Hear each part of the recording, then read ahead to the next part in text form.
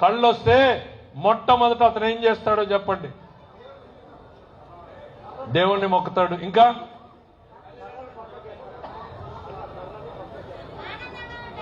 ఆనందంగా, ఇంకా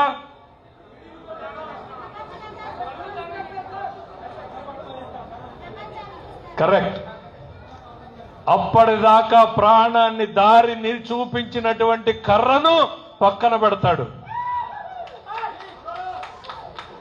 కళ్ళు లేనటువంటి వ్యక్తి జీవితాంతం దారి ఏదైతే చూపిస్తుందో కర్ర, కళ్ళు వస్తే ఆ కర్రను తీసి పక్కన పెడతాడు.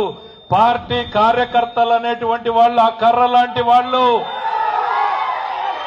అధికారంలో ఉన్న వాళ్ళు ఎవరైనా సరే ఆ కర్రను పక్కన పెడితే మళ్లీ తొందరలోనే కింద పడక తప్పదు అనేటువంటిది నేను ఈ సందర్భంగా చెప్తా ఉన్నా. అనుభవాలతో చెప్తున్నాను నేను ఇవన్నీ కూడా.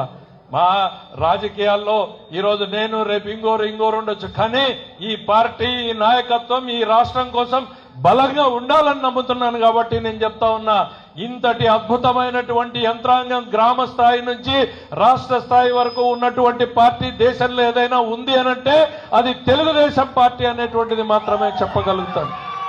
ఎస్, సమస్యలు వస్తాయి, అలకలు వస్తాయి, బాధలు వస్తాయి, ఆవేశాలు వస్తాయి, అన్నింటినీ అధిగమించి పనిచేయాల్సినటువంటి అవసరం మనది అనేటువంటిది ఈ సందర్భంగా గుర్తు చేస్తా ఉన్నాం.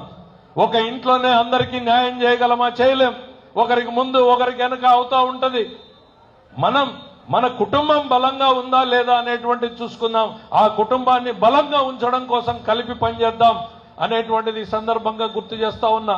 ఇక అధికారంలోకి వచ్చిన తర్వాత ఎన్ని కష్టాలు